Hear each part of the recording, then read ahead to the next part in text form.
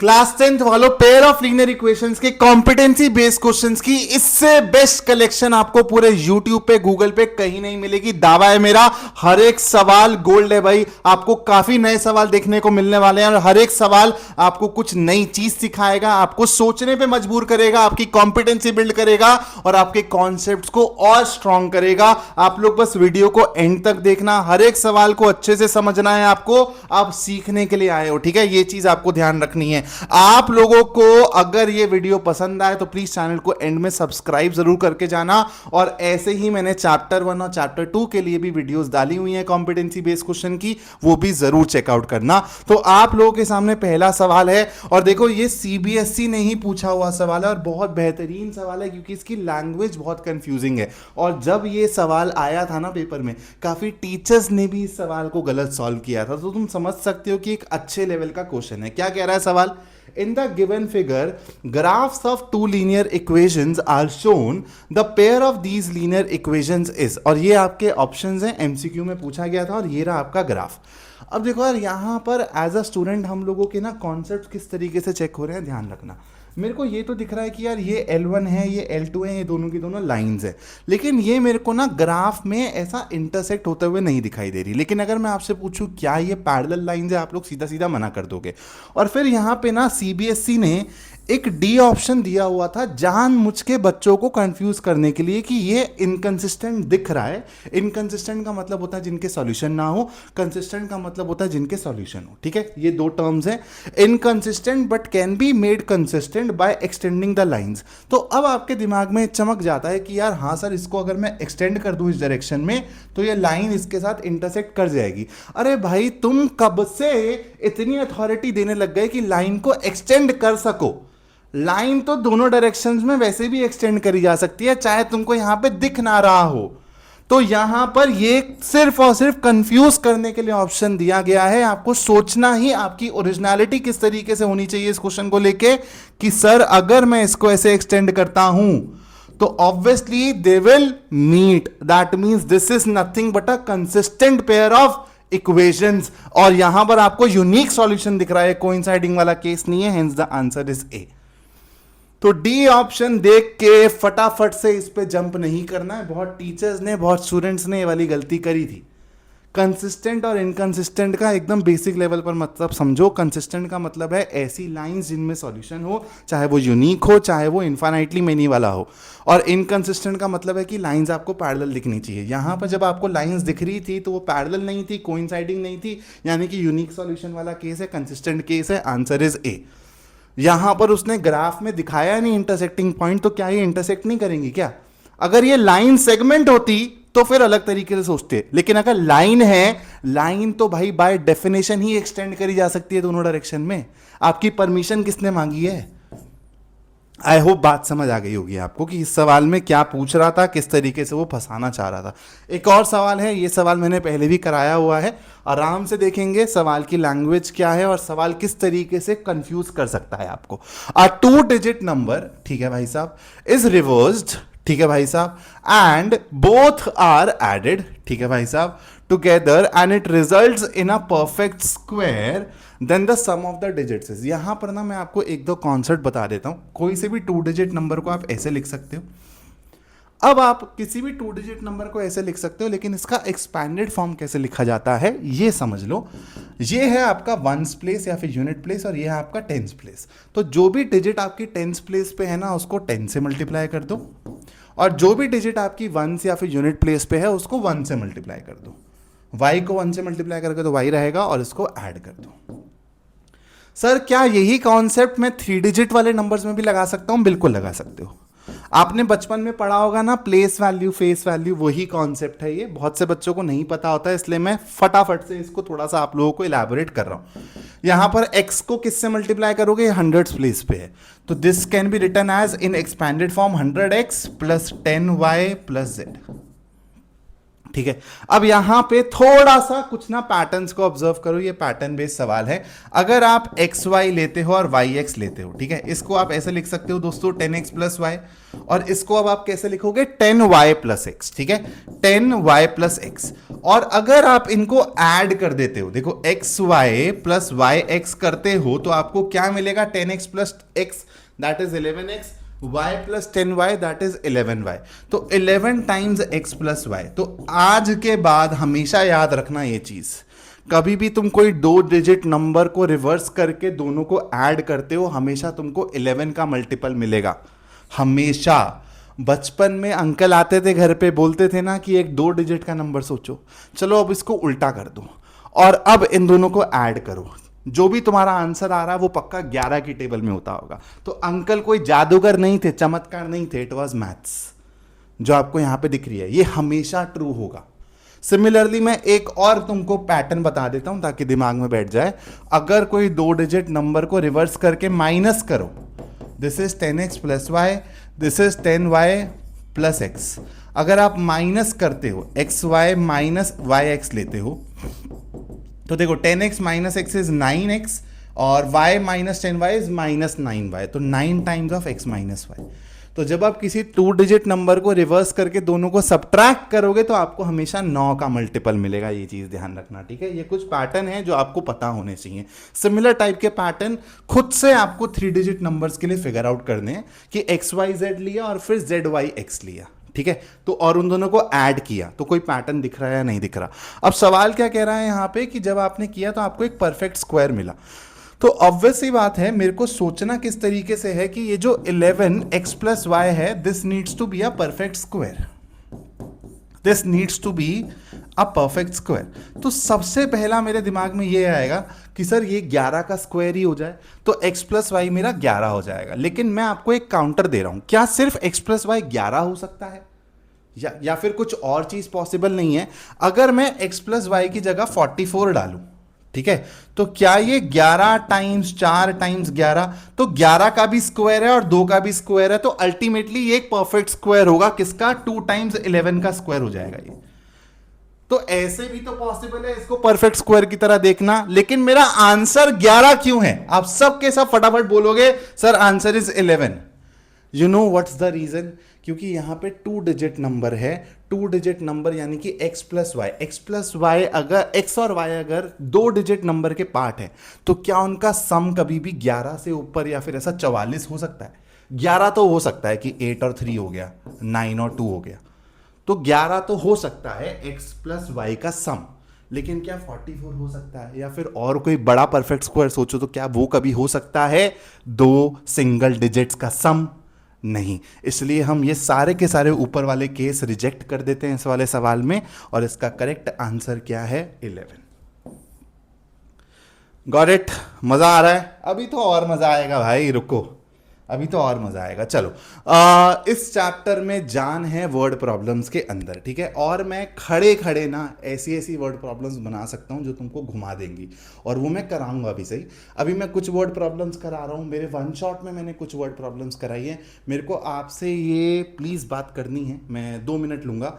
आप लोग मेरे वन शॉट्स को मिस मत करना, क्योंकि वन शॉट्स के अंदर जो मैं आप लोगों को एक सोचने का अलग तरीका सिखा रहा हूँ, कॉन्सेप्ट्स को अलग तरीके से दिखा रहा हूँ। जैसे नेचर ऑफ सॉल्यूशंस की बात होती है, जो आपका वो कंसिस्टेंसी इनकंसिस्टेंसी वाले रूल्स हैं, A1/A2, B1/B2, C1/C2, मैंने अपने वन शॉट में उसको लेके एक बहुत अलग विजुअलाइजेशन दिया है।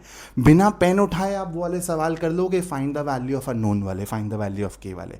तो इसलिए हर एक वन शॉट को देखना बहुत ज़रूरी है। मैं बहुत कंसाइज वन शॉट बना रहा हूँ, ज़्यादा उसमें मैं NCERT लेवल की चीज़ें डिस्कस नहीं कर रहा हूँ, लेकिन मैं आप लोगों को अलग विजुअलाइजेशन, कॉन्सेप्ट्स की बेहतर अंडरस्टैंडिंग, कुछ नए कॉन्सेप्ट जो मुझे लगता है CBSE जिन पे टेस्ट कर सकती है आपको, वो सारे कॉन्सेप्ट्स करा रहा हूँ अपने वन शॉट में। तो किसी भी चैप्टर का वन शॉट मिस मत करना। वन शॉट्स की भी प्लेलिस्ट बन रखी है इस साल के लिए, और कॉम्पिटेंसी बेस्ड क्वेश्चंस की भी चैप्टर वाइज प्लेलिस्ट बना रहा हूँ। क्या कह रहा है सवाल भाई? सिटी A है, सिटी B है, डिस्टेंस अगर 10 किलोमीटर चलता है तो फेयर उसका 75 रुपये आता है, 15 किलोमीटर चलता है तो दोस्तों उसका फेयर आता है 110 रुपये, और सिटी B में डिस्टेंस अगर 8 किलोमीटर कवर होता है तो 91 रुपये, 91 रुपीज़ फेयर आता है, 14 किलोमीटर कवर करता है तो 145 रुपीज़ आता है fare. There is some fixed charge and some additional charge, find it for both the cities. तो सबसे पहले हम लोग यार सिटी ए के लिए गेम खेल लेते हैं और उसके बाद हम लोग सिटी बी के लिए गेम खेल देंगे। देखो सबसे पहले तो मैं तुमको ना बढ़िया विजुअलाइजेशन देता हूँ इस सवाल के लिए कि ये सवाल हम बिना पेन उठाए भी सॉल्व कर सकते हैं बहुत इजीली। आप एक बात बताओ, अगर कोई चीज़ आपको 10 किलोमीटर के लिए 75 रुपये मांग रही है और फिर 15 किलोमीटर के लिए 110 मांग रही है, तो क्या आप यहाँ से एक बहुत क्विक ऑब्जर्वेशन कर सकते हो मेरे साथ कि सर ये जो 5 किलोमीटर एक्स्ट्रा है ना, इससे के लिए तो ये 35 रुपये एक्स्ट्रा लगे हैं? बोलो हाँ है ना। जो ये 5 किलोमीटर एक्स्ट्रा है इसी के लिए तो 35 रुपए लगे हैं। अगर 5 किलोमीटर के लिए 35 रुपए लग रहे हैं सिटी ए के अंदर, तो 1 किलोमीटर के लिए कितने लगेंगे दोस्तों? 7 रुपए लगेंगे। तो ये आपका और कुछ नहीं एडिशनल चार्ज है। अब देखो जब 1 किलोमीटर के 7 रुपए लग रहे हैं तो 10 किलोमीटर के 70 लगने चाहिए थे, यहाँ पे 75 है। 15 किलोमीटर के लिए 105 लगने चाहिए थे, यहाँ पे 110 है। मतलब 5 रुपए आपका है फिक्स्ड चार्ज, FC से डिनोट कर रहा हूं इसको, और 7 रुपए पर किलोमीटर आपका है AC, that means additional charge. Question solve हो गया। लेकिन आपको ऐसे नहीं करना है, ये मैंने सिर्फ और सिर्फ आपको विजुअलाइजेशन दी है कि ऑब्जेक्टिव क्वेश्चंस आए, MCQs आए, तो ऐसे धड़ धड़ धड़ धड़ फटाफट 15-20 सेकंड के अंदर क्वेश्चन सॉल्व किया जा सकता है। लेकिन अब हमको बनानी पड़ेगी इक्वेशन कि मान लेते हैं सिटी ए के लिए हमारा जो फिक्स चार्ज है वो है X रुपीज़ और जो हमारा एडिशनल चार्ज है पर किलोमीटर वो है Y रुपीज़। ठीक है, तो भाई X रुपए तो देना ही पड़ेगा और 10 किलोमीटर चल रहा है, हर किलोमीटर का Y रुपीज देगा, तो 10Y this should be equal to 75। ये हो गई मेरी पहली इक्वेशन। और फिर दूसरे वाले कंडीशन के हिसाब से 15 किलोमीटर फिक्स चार्ज तो देना ही पड़ेगा और 15 किलोमीटर के हिसाब से एडिशनल चार्ज हो गया 15Y और इसका सम होना चाहिए 110। सॉल्व करोगे आंसर यही मिलेगा। सिटी बी के लिए भी इक्वेशन बना देते हैं। ठीक है, सॉल्व आप बड़ी इजीली कर लोगे। अगेन मान लो कि आपका फिक्स चार्ज है X रुपीज और एडिशनल चार्ज पर किलोमीटर है Y रुपीज। 8 किलोमीटर का 91 यानी कि X रुपीज तो लगेंगे plus 8Y equals 91। This is my equation 1। And 14 kilometre के हिसाब से इक्वेशन हो जाएगी X plus 14Y equals 145। This is my second equation. Solve करो, X और Y की वैल्यू आ जाएगी सिटी बी के लिए। एक और वर्ड प्रॉब्लम की तरफ लेके चलता हूँ। ये मैंने अपने वन शॉट में भी करवाया है लेकिन मैं इस पर्टिकुलर वीडियो में भी इंक्लूड कर रहा हूँ क्योंकि बेहतरीन सवाल है यार। इस सवाल में सच में आपका ना दिमाग खुलता है, आपको पूरी तरीके से समझ आती है कि हम लोगों को इक्वेशंस और जो नोन रिजल्ट्स हैं उसको कोलैब कैसे करवाना है, उसको मिक्स कैसे करवाना है। आराम से सवाल को पढ़ेंगे, ठीक है, कोई जल्दबाजी नहीं है, लेकिन इस सवाल को समझना है। 5 नंबर में ये सवाल पूछा जाता है। 2 पर्सन 16 किलोमीटर दूर है, 2 लोगों के बीच का डिस्टेंस है 16 kilometre. When they run towards each other, मतलब एक इंसान यहाँ से एक इंसान यहाँ से एक दूसरे की तरफ भाग रहे हैं। ठीक है, इनिशियल डिस्टेंस क्या था दोस्तों दोनों के बीच में? 16 किलोमीटर, और ये एक दूसरे की तरफ भाग रहे हैं। तो ऑब्वियस सी बात है कि यहाँ पर टाइम दिया हुआ है कि वो 2 घंटे में मिल लेते हैं। और जब वो सेम डायरेक्शन में भाग रहे हैं, मतलब मान लो यहाँ पर A है, यहाँ पर B है, अब ये सेम डायरेक्शन में भाग रहे हैं, फिर भी ये मिलते हैं। अब ये कब मिलेंगे? जब ये वाले इंसान की स्पीड इसको ओवरटेक करेगी। अगर पीछे जो भाग रहा है उसकी स्पीड कम है तो क्या कभी मिल पाएंगे? नहीं। तो सबसे पहले तो ये विजुअलाइजेशन जागी कि अगर सेम डायरेक्शन में भाग के भी वो मिल पा रहे हैं 8 घंटे के अंदर, तो जो ये पहले वाला इंसान होगा इसकी स्पीड ज्यादा होगी। ठीक है, तो मैं बोल देता हूं यहां पर कि मेरा फर्स्ट इंसान जो है उसकी स्पीड है X और जो सेकंड इंसान है उसकी स्पीड है Y। अब सबसे पहले अपन लोग सिचुएशन को करेंगे दोस्तों विजुअलाइज। मान लेते हैं यहां पर खड़ा है मेरा पहला इंसान, इनिशियल पॉइंट ये है, और यहां पर खड़ा है मेरा सेकंड इंसान। इनके बीच का इनिशियल डिस्टेंस कितना है दोस्तों? 16 किलोमीटर। अब ये यहां से भागा X की स्पीड से और ये यहां से भागा Y की स्पीड से, और ये स्पीड मैंने किलोमीटर पर आवर में ली है। ठीक है, इस चीज को ध्यान रखेंगे। यहां से ये X की स्पीड से भागा, यहां से Y की स्पीड से भागा। अब मेरे को बनानी है इक्वेशन, मेरे को इक्वेशन के बारे में सोचना है। तो मैं कैसे सोचूंगा? सर आपने ना एक चीज बताई थी कि स्पीड जो है ना वो डिस्टेंस ओवर टाइम के बराबर होता है, हाँ या ना? स्पीड डिस्टेंस ऑन टाइम के बराबर होता है। इसी के हिसाब से दोस्तों मेरे को सोचना है और इक्वेशन बनानी है। तो सर स्पीड ये रही और गिवन क्या है? टाइम गिवन है। तो मतलब ये X की स्पीड से 2 घंटे भागेगा, ये Y की स्पीड से 2 घंटे भागेगा और ये मिल जाएंगे। और मिलने पे क्या ये चमक रहा है तुमको कि दोनों ने मिलके 16 किलोमीटर का डिस्टेंस ही तो कवर किया होगा, अपने बीच की दूरियां ही तो मिटाई होंगी। समझ रहे हो ना? तो एक बात बताओ, अगर स्पीड को टाइम से मल्टीप्लाई करते हो तो डिस्टेंस मिलता है। ये इंसान 2 घंटे के लिए भागा है, ये इंसान भी 2 घंटे के लिए भागा है, तो इसका डिस्टेंस लिखो फटाफट से फर्स्ट पर्सन का, जो फर्स्ट पर्सन कवर करेगा। और अगर मैं तुमसे ये एडिशनल सवाल पूछ लूं कि 16 किलोमीटर में ये वाला इंसान ज्यादा डिस्टेंस कवर कर रहा होगा या फिर ये वाला इंसान, जो इंसान ज्यादा तेज भाग रहा होगा, सेम टाइम दे रहे हो तुम दोनों को, तो ऑब्वियस सी बात है कि पहले वाले की स्पीड ज़्यादा है, क्योंकि बाद वाले केस से पता चल रहा है कि ये इस तक पहुंच पा रहा है जब ये सेम डायरेक्शन में भाग रहे हैं। तो ऑब्वियस सी बात है कि फर्स्ट इंसान 16 किलोमीटर में से ज़्यादा प्रपोर्शन कवर करेगा। ठीक है, तो यहाँ पर अगर मैं फर्स्ट इंसान का डिस्टेंस लिख लूँ, it would be speed times time, यानी कि 2x। और अगर मैं सेकेंड इंसान का डिस्टेंस लिख लूँ, it would be y times 2, that is 2y। और इसका डिस्टेंस और इसका डिस्टेंस अगर ऐड करोगे तो इनके ओरिजिनल जो बीच में डिस्टेंस था उसके बराबर आएगा 16 किलोमीटर। तो यहां से मेरे को एक इक्वेशन मिल गई, x + y = 8। समझ आया? चलो अब आते हैं सेकंड वाले केस पे। आराम से सोचना है, ठीक है? पूरी प्रॉब्लम को विजुअलाइज करना है। अगेन मेरा फर्स्ट इंसान ये रहा, मेरा सेकंड इंसान ये रहा, इन दोनों के बीच में दोस्तों जो ओरिजिनल डिस्टेंस था वो था 16 किलोमीटर। अभी भी क्या स्पीड चेंज कर लेगा? ये नहीं, ये x की स्पीड से भाग रहा है और ये y की स्पीड से भाग रहा है, और ये भागे भागे भागे भागे भागे भागे भागे भागे, मान लो यहाँ पर आके इनका इंटरसेक्शन होता है। तो अब आप खुद बताओ कि y यहाँ से यहाँ पहुँचा होगा, मतलब सेकंड वाला इंसान यहाँ से यहाँ पहुँचा होगा, और फर्स्ट वाले इंसान ने ये डिस्टेंस कवर करा होगा, फर्स्ट वाले इंसान ने ज़्यादा डिस्टेंस कवर करा होगा, और अब 8 घंटे के बाद इनका मिलाप हुआ है। तो मतलब y ने 8 घंटे के अंदर ये डिस्टेंस कवर किया है, सॉरी सेकंड ने y की स्पीड से ये डिस्टेंस कवर किया है इन 8 आवर्स, फर्स्ट इंसान ने x की स्पीड से 8 घंटे के अंदर ये डिस्टेंस कवर किया है। मेरे को सबसे पहले डिस्टेंस बता दो कि इसको आप कैसे लिख सकते हो। क्या तुम इसको 8 टाइम्स y लिख सकते हो with the same concept that distance can be written as speed multiplied by time. और जो फर्स्ट इंसान ने डिस्टेंस कवर किया है, क्या आप इसको 8 टाइम्स x लिख सकते हो? सर अब यहां पर समझ नहीं आ रहा, अब इसके बाद क्या करूं? तो बेटा थोड़ा सा सोचो कि अगर आप इसमें से इसको माइनस कर दोगे तो आपको मिलेगा क्या? 16 किलोमीटर ही तो मिलेगा। यहां से आपकी सेकंड इक्वेशन बनेगी कि sir 8x - 8y = 16, x - y = 2। x + y आपको मिला है 8 के बराबर, x - y आपको मिला है 2 के बराबर। तो यहां से आपका आंसर क्या हो जाएगा? x की वैल्यू आ जाएगी दोस्तों 5 और y की वैल्यू आ जाएगी 3 किलोमीटर पर आवर में आया ये आंसर। बहुत ही खूबसूरत सवाल है ये। विजुअलाइजेशन हम लोगों को यहाँ पे बनानी पड़ती है। ऐसा सवाल अगर करा हो तभी जाके बोर्ड एग्जाम में चमकता है, वरना नहीं चमकता है।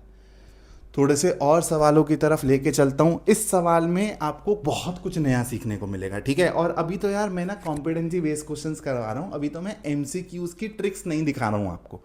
धीरे धीरे धीरे धीरे आप थोड़ा सा और इवॉल्व करोगे, थोड़े से और अच्छे लेवल के प्रॉब्लम्स करोगे ना, फिर मैं आपको अपनी MCQs की ट्रिक्स से ना थोड़ा सा ऐसा आपके ऊपर उसको एक्सपोज करूँगा।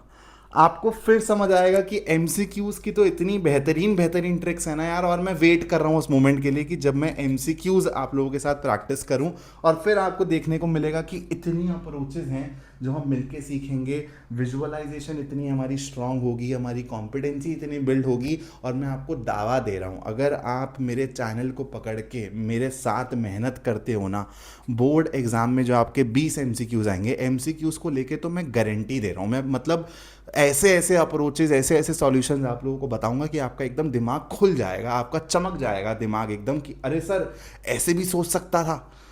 20 MCQs विदिन 10 मिनट या फिर 10 मिनट के अंदर तुम अपने बोर्ड एग्जाम के अंदर बना कर आओगे, पक्की बात है। जैसे इस सवाल से मैं तुमको थोड़ा सा नमूना दिखाता हूं, ठीक है?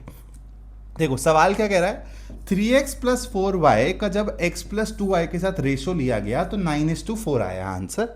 तो आपको बताना है कि 3x + 5y का रेशो 3x - y के साथ जब लोगे तो क्या आंसर आएगा। कुछ बच्चों ने ऐसे सवाल नहीं करे होंगे, तो नया सवाल हो सकता है। सबसे पहले मैं इसको बताता हूं कन्वेंशनल अप्रोच से, ठीक है? उसके बाद मैं आपको बताऊंगा शॉर्ट ट्रिक, या फिर इसको विजुअलाइज कैसे करना है। एक बात बताओ, सबसे पहले जो गिवन इंफॉर्मेशन है उसको लिख लो। 4y divided by x plus 2y equals 9:4। ऐसे सवालों में क्या किया जाता है, x और y में जो रिलेशन है ना उसको निकाला जाता है पहले।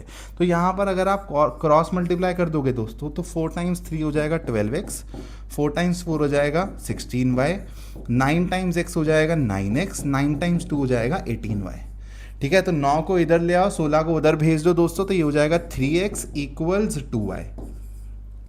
ठीक है, 3x की वैल्यू आपको 2y मिल गई है और आपको 3x प्लस 5y का रेशो 3x माइनस वाई के बराबर बताना है कि क्या रेशो आएगा। सॉरी, तब यहाँ से मेरे को सीधा सीधा पता चल रहा है कि मैं 3x को 2y यहाँ पे सब्सटीट्यूट कर सकता हूँ। x और y में रिलेशन निकाल के ना एक बंदे को रिप्लेस मार देते हैं ताकि हमको रेशो मिल जाए, क्योंकि यहाँ पर मेरे को x और y की एग्जैक्ट वैल्यूज नहीं पता करनी है, रेशो पता करना है, ध्यान रखना।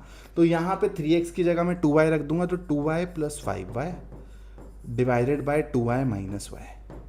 तो मेरा आंसर है 7:1।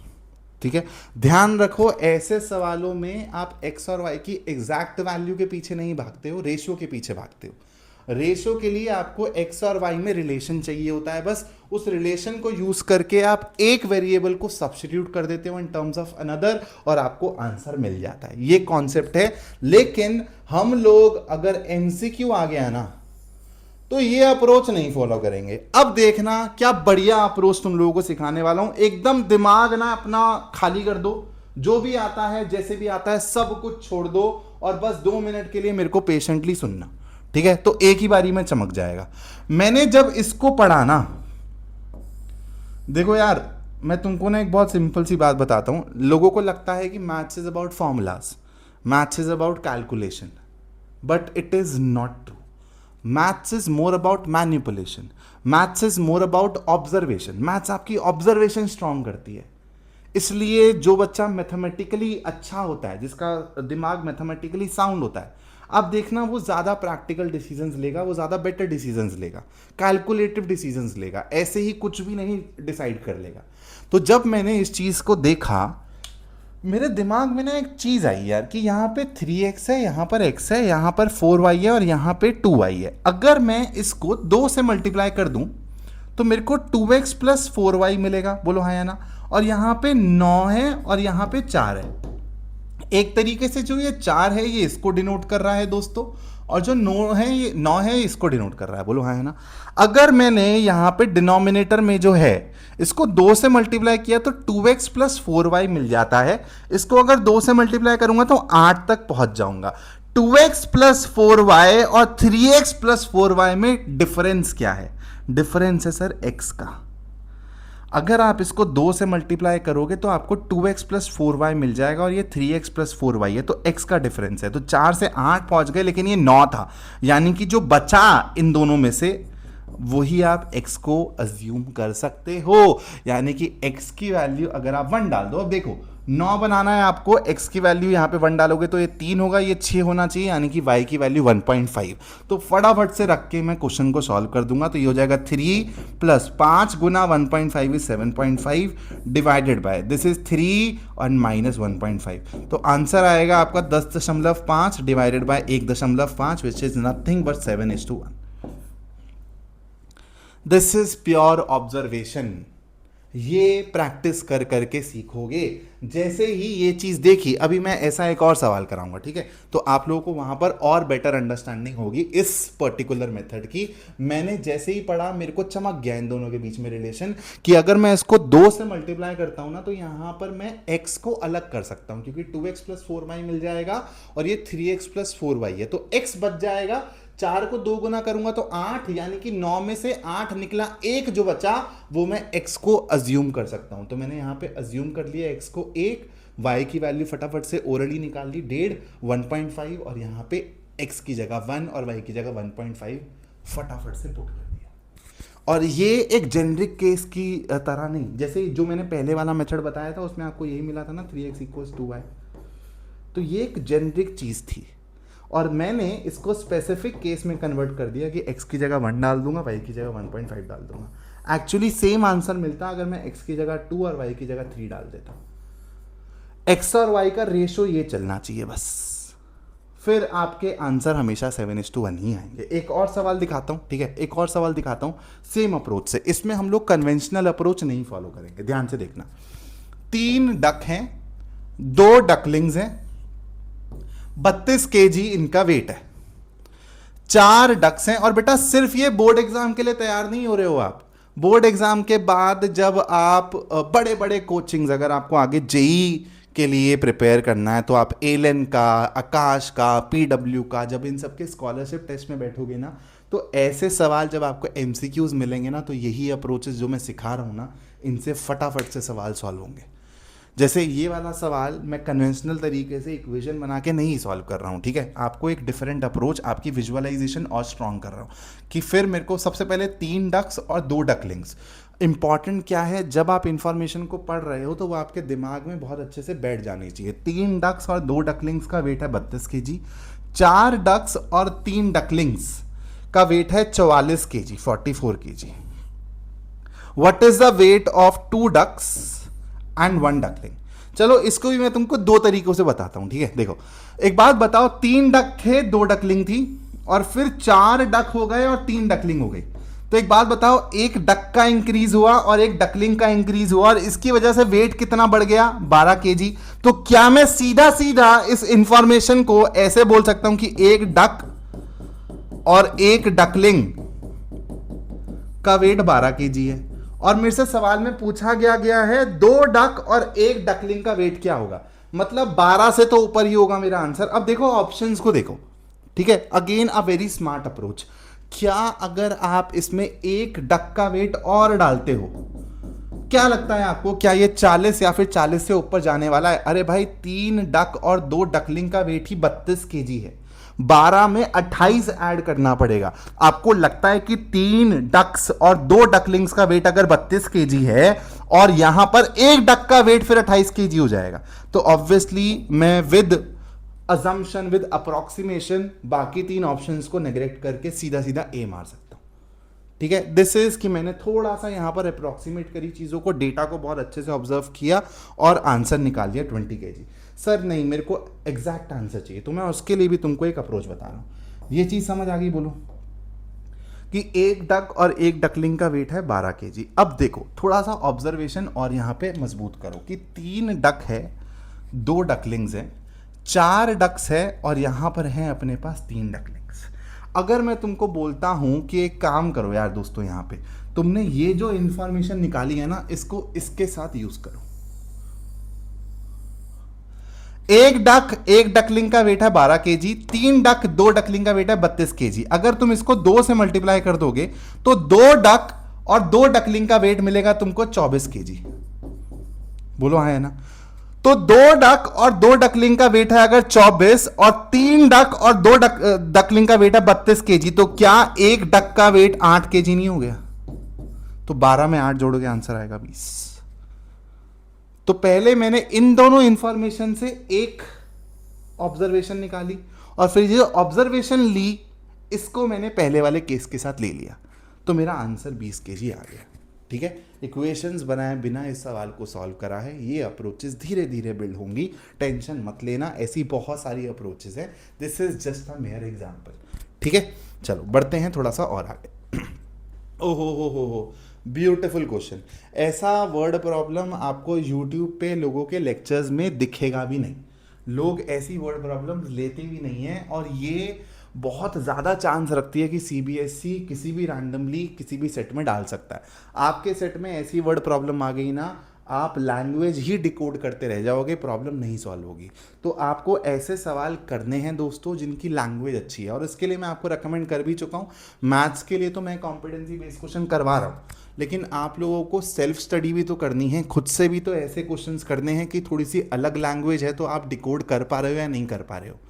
तो आप लोगों के लिए उसके लिए मैंने आपको बुक सजेस्ट कर रखी है कि भाई आप ओसवाल की बुक ले लेना। मैं आपको बार बार ही बोल रहा हूँ, चाहे आपने क्वेश्चन बैंक किसी भी पब्लिकेशन हाउस का ले लिया हो, सब बराबर है, लेकिन इससे better competency focus question practice की बुक नहीं है। और सबसे खास बात है कि इसमें सारे के सारे सब्जेक्ट्स एक ही बुक के अंदर है। तो मात्र 500 रुपये भी नहीं, 494 रुपये की है, लेकिन इससे भी ज़्यादा आपको डिस्काउंट मिल जाएगा। वेबसाइट से ही लेनी है, स्टार्टिंग से बोल रहा हूँ, अमेजोन से नहीं लेनी है, मैं इस बुक का डायरेक्ट लिंक डिस्क्रिप्शन में भी डाल दूंगा। बस चेकआउट करने से पहले ये कूपन लगा लेना, स्कोर अप 10। और आप अगर यहां पर अगर आप क्वेश्चन बैंक भी लेना चाहते हो सवाल के, तो क्वेश्चन बैंक भी ऐड कर देना और फिर एक बारी कूपन लगाना, तो आपको एक्स्ट्रा 10% डिस्काउंट भी मिल जाएगा और शिपिंग चार्ज भी नहीं लगेगा आपका। ठीक है भाई, चलो। In an electoral in an election contested between two people, A and B, okay ji, A obtained votes equal to thrice the number of persons on the electoral roll who did not cast their votes। थोड़ा घुमा ना दिमाग कि sir ये तो समझ ही नहीं आया। तो भाई A और B दो इंसान ना इलेक्शन में लड़ रहे हैं आपस में। A obtained votes equal to thrice। तो देखो, मान लो कि कुछ ना टोटल नंबर ऑफ पीपल थे जिन्होंने वोट करना था, उनमें से कुछ लोगों ने वोट नहीं किया, तो यही इंफॉर्मेशन दी गई है कि A को ना 3 गुना वोट मिले हैं, उन लोगों को 3 गुना करना है आपने जिन्होंने वोट नहीं डाला। ठीक है, एंड दिस लेटर नंबर, मतलब जिन्होंने वोट नहीं डाला, was equal to twice the majority of A over B। if there are 1800 persons on electoral roll, तो how many votes for B? तो यार मैं ना मान लेता हूं कि A को X वोट्स मिले होंगे, B को Y वोट्स मिले होंगे, और टोटल वोट करने वाले इंसान कितने हैं? 1800।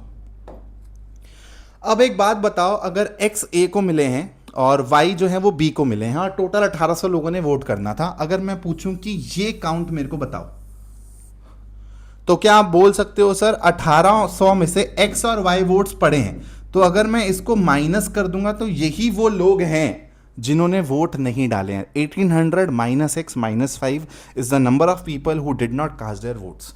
और यही चीज दी गई है कि A को जो वोट्स मिले हैं, it is thrice of this number, तो 3 गुना करो इसको और this should be equal to X। यहां से आपस में थोड़ा सा कैलकुलेशन करके X और Y में इक्वेशन बना लेते हैं। X will be equal to 5400 minus 3X minus 3Y, तो ये हो जाएगा मेरा 4X plus 3Y equals 5400। This is my first equation.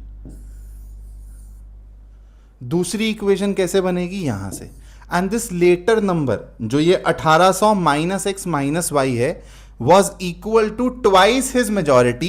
तो ये जो 1800 माइनस X माइनस Y है, this is equal to twice his majority over B। यानी कि A जितने वोट से जीता है, तो A को अगर X पड़े हैं, B को अगर Y पड़े हैं, तो A कितने डिफरेंस से जीता होगा? X माइनस 1 से ना, X माइनस Y से, सॉरी, तो twice of X minus Y। इसको भी थोड़ा सा रीअरेंज करके सिंप्लीफाई करना, सेकंड इक्वेशन मिल जाएगी और फिर तुम लोग X और Y के लिए सॉल्व कर लेना। ठीक है, अब इतना तुम कर सकते हो, आगे चल रहा हूं मैं। ओ हो, again very very beautiful question. ऐसे सवाल नहीं प्रैक्टिस करते हैं बच्चे, एक नया सवाल होगा मेजॉरिटी स्टूडेंट्स के लिए, आराम से देखो। तो आपको एक इक्वेशन दी गई है ये, दूसरी इक्वेशन दी गई है दोस्तों ये, और बोला है कि अगर k ग्रेटर देन 1 है तो find how many solutions does this pair of equation have.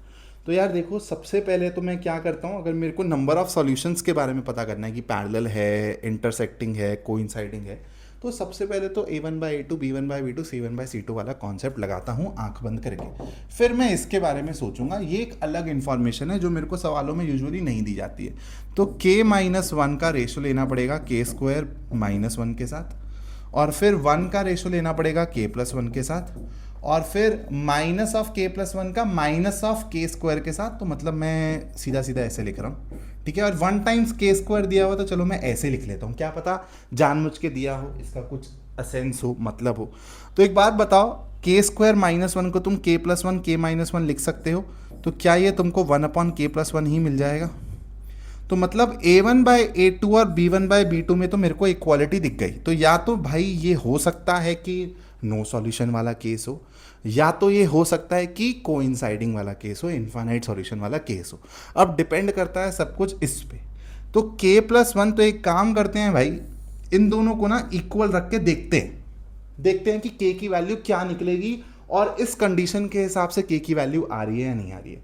तो चलो 1/k+1 को k+1 डिवाइडेड बाई k² से इक्वेट कर रहा हूँ, ठीक है। तो क्रॉस मल्टीप्लाई कर रहा हूँ, तो k² will be equal to k+1 का whole square. Which can be written as k square plus 1 plus 2k। ठीक है, तो भाई यहां से के स्क्वायर की बली तुम दे सकते हो, तो 2k प्लस 1 इक्वल 0 आएगा, के की वैल्यू आएगी -1/2। तो अगर तुमको इसके बीच में या फिर इसके बीच में इक्वालिटी चाहिए, a1/a2 b1/b2 c1/c2 तीनों बराबर चाहिए, यानी कि इन्फानाइट वाला केस चाहिए, तो वो k की वैल्यू -1/2 के लिए होता हुआ दिखाई दे रहा है। लेकिन k की वैल्यू तो 1 से ऊपर है, यानी कि इसको मैं रिजेक्ट कर दूंगा, यानी कि यहां पर आंसर क्या आएगा, नो सॉल्यूशन। प्रॉपरली ऐसे लिखना पड़ेगा आपको। अच्छा सवाल है, सवाल आसान है, लेकिन नया सवाल है, समझ नहीं आएगा कि इस वाली कंडीशन को यूज़ कैसे करना है। थोड़े से और सवालों की तरफ चलते हैं। चलो भाई, एक और सवाल है, वेरी वेरी ब्यूटीफुल क्वेश्चन। ये आपके सीबीएसई की जो कॉम्पिटेंसी बेस्ड वाली पीडीएफ है उसमें है ये सवाल। Shown below is a graph. अब देखो यहाँ पर जो मैं आपको सिखाऊंगा ना, वो सब मैंने वन शॉट में सिखाया हुआ है, तो आई होप आपने मेरा वन शॉट देखा। Shown below is a graph with 4 straight lines. It is given that K1, K2, K3 intersect. तो भाई देखो, K1 मेरी कहाँ है, K1 मेरी ये रही, ठीक है, K2 मेरी ये रही, और K3 मेरी ये रही, ये रही K3 और ये रही मेरी K2, इंटरसेक्ट कर रहे हैं यहाँ पे। और एक चीज़ और ऑब्जर्व करने वाली है कि K1 और K2 की इक्वेशंस मेरे को दी गई हैं, पूरी पूरी इक्वेशंस दी गई हैं, और बोला गया है कि K3 और K4 भी पैरेलल है, मतलब this is parallel to this, ठीक है। और K4 की भी इक्वेशन मेरे को दी गई है। Which of the following can be the equation of line K3। तो अब देखो, सबसे पहले तो मेरे को क्या चाहिए, मेरे को K3 पैरेलल टू K4 चाहिए, और K4 की इक्वेशन मेरे को ऑलरेडी दी गई है, x plus 4y plus 15 equal 0। अब देखो यहां से ना तुम लोगों को a1/a2 b1/b2 c1/c2 वाला फंडा सोचना है कि इसके अगर कोई पैरेलल लाइन है, और ये मैंने तुमको अपने वन शॉट में बताया हुआ है कि अगर तुम, मैं थोड़ा सा यहां पर भी बता देता हूं, अगर तुम एक लाइन को दूसरे लाइन में मतलब एक लाइन के जो तुम्हारे एक्स वाई के कोफिशिएंट हैं, इसको तुम इंटर कन्वर्ट कर पा रहे हो दूसरी लाइन में जो एक्स वाई के कोफिशिएंट है उसमें, बाय मल्टीप्लाइंग और dividing with the same number, तो या तो वो पैरेलल वाला केस होगा या तो वो कोइंसाइडिंग वाला केस होगा। जब तुम ये मल्टीप्लाई या डिवाइड करके कोफिशिएंट को सेम बनाने की कोशिश कर रहे हो, अगर कांस्टेंट भी सेम बन जाए तो कोइंसाइडिंग केस है। जैसे मैं एग्जांपल लेता हूं, 2x plus 3y equal 6, okay, और सेकेंड इक्वेशन है मेरी, मान लो 4x प्लस 6y इक्वल 15। तो मैंने देखा कि अगर मैं इसको 2 से मल्टीप्लाई कर रहा हूं तो ये मिल रहा है, इसको 2 से मल्टीप्लाई कर रहा हूं तो ये मिल रहा है, लेकिन इसको 2 से मल्टीप्लाई कर रहा हूं तो ये नहीं मिल रहा है। मतलब कोफिशिएंट सेम हो गए लेकिन कांस्टेंट सेम नहीं हुआ, तो ये हो जाएगा पैरेलल केस। और यहीं पर ही अगर लाइन की इक्वेशन ऐसी दिख जाए, तो यहां पर लाइन को 2 से मल्टीप्लाई करने पे दूसरी लाइन ही दिख रही है, ठीक है, कांस्टेंट भी सेम हो गया, दिस इज कोइंसाइडिंग केस। तो अगर मेरी एक लाइन ऐसी दिख रही है और मेरे को इसके पैरेलल लाइन चाहिए, तो सबसे पहले तो मेरे को वैसी लाइन देखनी है ऑप्शन में जहां पर x और y के कोफिशिएंट ना इसके हिसाब से प्रोपोर्शनेट दिख जाए, ताकि a1/a2 b1/b2 इक्वालिटी वाला सीन मेरा सॉर्ट हो जाए। तो अगर x का कोफिशिएंट 1 है, y का कोफिशिएंट मेरा 4 है, यहाँ पे तो 1 है और 1 है, क्या काम चलेगा? नहीं, आंसर नहीं हो सकता। थर्ड ऑप्शन में देखो, 1 है और -4 है, 1 है और -4 है, तो 1 को अगर 1 से मल्टीप्लाई करूंगा तो 1 मिलेगा, और 4 को अगर 1 से मल्टीप्लाई, 4 होना चाहिए था, यहाँ पे -4 है। अब देखो सेकंड और fourth option, x plus 4y, x plus 4y, 1/1 4/4, 1:1 वाला यहाँ पे फंडा मेरा फिट बैठेगा, तो यहाँ पर ये आंसर मेरा हो सकता है। और फोर्थ वाले को देखूंगा तो देखो 1 को 2 से मल्टीप्लाई करोगे तो 2 मिल जाएगा, 4 को भी 2 से मल्टीप्लाई करोगे तो 8 मिल जाएगा, और 15 को 2 से मल्टीप्लाई करोगे तो 30 मिलेगा। यानी कि हाँ, तो ये भी इसके साथ पैरेलल वाली कंडीशन सेटिस्फाई कर रही है और ये भी इसके साथ पैरेलल वाली कंडीशन सेटिस्फाई कर रही है। लेकिन सर अब आंसर क्या होगा? यही तो सवाल में एकदम जान है, यहीं से तो सवाल में जान आ रही है।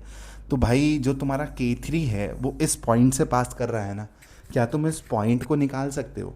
क्योंकि तुमको K1 और K2 की इक्वेशन दी गई है, तो x माइनस वाई इक्वल्स 5 है, और यहाँ पे 2x इक्वल्स -3y है, 2x प्लस 3y इक्वल 0 है। तो एक बात बताओ, यहाँ से फटाफट से x की वैल्यू निकाल लो। x की वैल्यू क्या आएगी? y plus 5। तो यहाँ पर अगर मैं y प्लस 5 डाल देता हूँ x की जगह, तो ये हो जाएगा 2y प्लस 10। इक्वल्स -3y, तो 5y इक्वल्स -10, तो y की वैल्यू आ रही है -2। ठीक है, सॉल्व करा साइमल्टेनियसली बस। y की वैल्यू अगर -2 है दोस्तों, तो x की वैल्यू क्या हो जाएगी, +2 -5, x की वैल्यू हो जाएगी 3। तो अब देख लो सेकंड और फोर्थ ऑप्शन में से 3, -2 किसको सेटिस्फाई कर रहा है। तो देखो 3, x की जगह 3 रखूंगा और y की जगह -2 रखूंगा, 3 -8 यानी कि -5 + 5, आंसर इज बी। फोर्थ को देखो सेटिस्फाई नहीं करेगा, 2x + 8y + 35 = 0 है ना, x की जगह 3 रखोगे तो ये हो जाएगा 6 -16 + 35, देखो सेटिस्फाई नहीं कर रहा है, hence fourth is not the correct option. बहुत ही लाजवाब सवाल है भाई, बहुत ही खूबसूरत सवाल है। अगला सवाल आप लोगों के सामने है, the ratio of 2 digit number and sum of its digit is 7:1, how many such 2 digit numbers are possible. तो सबसे पहले जो दिया हुआ है ना उसको विजुअलाइज कर लेते हैं कि the ratio of the 2 digit number, x y को मैं डायरेक्टली ऐसे लिख रहा हूं क्योंकि मैं तुमको समझा चुका हूं, एंड x + y, ये है 7:1 के बराबर। अब यहां पर आपसे पॉसिबल केसेस पूछे हैं जहां पर ये चीज ट्रू होगी। तो सबसे पहले ना अगेन ऐसा सवाल मैंने कराया हुआ है, क्रॉस मल्टीप्लाई करके x और y में रिलेशनशिप निकाल लो। तो 10x + y = 7x + 7y। Solve करता हूं तो 3x मिलेगा मेरे को 6y के बराबर, x की वैल्यू आएगी 2y, यानी कि x y का 2 गुना होना चाहिए। अब ऐसे 2 डिजिट नंबर सोचने चालू करो जहां पर आपका यूनिट डिजिट पे जो नंबर है उसके 2 गुना आपका 10th डिजिट पे होना चाहिए। जैसे कि अगर मैं 1 रख दूं यूनिट डिजिट पे तो मेरा 10th डिजिट पे 2 होना चाहिए। अब देखो इसके लिए क्या ये चीज ट्रू है जो कंडीशन दी हुई है, 21 / 3, 7 ही तो आएगा। ऐसे और नंबर सोचो और फिर तुमको तुम्हारा आंसर मिलेगा 21। तो ठीक है सर, मैं यूनिट डिजिट पे 2 रखता हूं तो यहाँ पे 4 आ जाएगा। 42 / 6, अगेन इट इज ट्रू। फिर मैं यहाँ पे 3 रखता हूँ तो सर यहाँ पर आ जाएगा मेरा 6। 63 / 9, again it gives you 7, so this is also true. Then 4 रखता हूँ तो आ जाएगा 8। 5 रख सकता हूँ क्या यहाँ पे, फिर वो 10 में चला जाएगा, वो 2 डिजिट नंबर नहीं रहेगा। तो यही 4 पॉसिबल केसेस हैं, hence the correct answer is B. Beautiful, आने के बहुत ज़्यादा चांसेस हैं। चलो भाई अगले सवाल की तरफ बढ़ते हैं आगे। अब ऐसे सवाल आप लोगों को आसान लगेंगे क्योंकि ऑलरेडी मैंने ऐसा सवाल करा दिया है। क्या कह रहा है सवाल, shown below is a graph representing straight lines L1 L2 and L3। Okay जी, तो भाई 3 लाइंस यहाँ पर आपको दिख रही हैं, L1 L2 and L3, L1 L2 and L3। L1 ठीक है, L2 is parallel to L1, ठीक है, L2 और L1 पैरेलल है आपस में, and L3 intersects L1 at exactly 1 point, ठीक है। The equation of L1 is given as x + y = k, ठीक है। k की वैल्यू नहीं दी गई है, k is a real number, ये बोला गया। Based on the above information identify if the statements below are true और false, justify your answer. 2x + 2y = 2k can be the equation of L2। L2 की equation क्या 2x + 2y = 2k हो सकती है? क्योंकि अगर आप इसको डायरेक्टली 2 से मल्टीप्लाई करोगे तो ये मिल जाएगा, यानी कि ये कोइंसाइडिंग केस बन जाएंगे, जबकि होने चाहिए थे पैरेलल। अगर ऐसा कुछ दिया होता 2x + 2y = 3k, 3.5k, तो ये ट्रू हो जाता। अभी ये फॉल्स है क्योंकि यहाँ पर according to the given this these 2 lines would be coinciding, but this is not true from the graph. Second क्या कह रहा है भाई, -x + y = k can be the equation of L3। तो क्या L3 की इक्वेशन -x + y = k हो सकती है? तो अब देखो क्या ये दोनों इंटरसेक्टिंग केस हैं, -1/1 और 1/1। तो हाँ, यहां पर a1/a2 और b1/b2 में इनइक्वालिटी है, दिस इज एब्सोल्युटली ट्रू। ठीक है भाई, सवाल खत्म। चलो एक लास्ट सवाल है, ये सवाल आपको होमवर्क में दे रहा हूँ ताकि आप थोड़ा सा खुद से भी प्रैक्टिस करो। अपार्ट फ्रॉम दिस आपको बुक सजेस्ट कर सका हूँ कॉम्पिटेंसी बेस्ड क्वेश्चन के लिए। और यार बहुत मन है कि अपनी भी ना कॉम्पिटेंसी बेस्ड क्वेश्चन की ना बुक लॉन्च करूँ, मतलब उसमें मैं काम करना ऑलरेडी चालू कर चुका हूँ थोड़ा थोड़ा। शायद 2 महीने 3 महीने में चैप्टर वाइज ना ऐसा 50-50 60-60 बेस्ट कॉम्पिटेंसी बेस्ड क्वेश्चंस की कलेक्शन मैं बना लूँ और फिर एक बुक भी बना लूँ। अब यार इतना पैसा तो है नहीं कि उसको पब्लिश करवा सकूँ या फिर प्रिंट करवा सकूँ, तो डिजिटल PDF शायद तुम्हारे लिए बना दूँ मैं। ऑलरेडी एक 350 क्वेश्चंस की PDF बन रखी है, लेकिन वो मिक्स क्वेश्चंस है, चैप्टर वाइज नहीं है। तो सोच रहा हूँ एक chapter wise competency based questions की भी यार पीडीएफ बनाऊँ, क्योंकि कॉम्पिटेंसी बेस्ड क्वेश्चन ही भाई तुम्हारे गगन सर का यूएसपी है, और 50% तो यार तुम्हारा वहीं से ही आने वाला है पेपर, है ना। और या मतलब आप लोग बताना कैसे आपको आइडिया लग रहा है ये। बाकी व्हाट्सएप ग्रुप बन रखा है जहाँ पर मैं क्वेश्चंस भेजता हूँ, जहाँ पर पर्सनल मेंटोरिंग होती है। It is an exclusive group for दो students who want to score 80/80, improve in maths, competency build करना चाहते हैं, टॉपर माइंडसेट बिल्ड करना चाहते हैं। डिस्क्रिप्शन में आपको व्हाट्सएप का लिंक भी मिल जाएगा, और जो ऑसवाल की कॉम्पिटेंसी फोकस क्वेश्चन बैंक है उसका लिंक भी मैं डायरेक्टली आपको दे दूंगा। बस वेबसाइट से जाके लेना, कूपन लगा के लेना, ताकि आपको शिपिंग चार्ज भी ना लगे और एक्स्ट्रा 10% डिस्काउंट भी मिल जाए। Thank you so much for watching this video. Signing off now, this is Gagan Makkar. जय हिंद दोस्तों।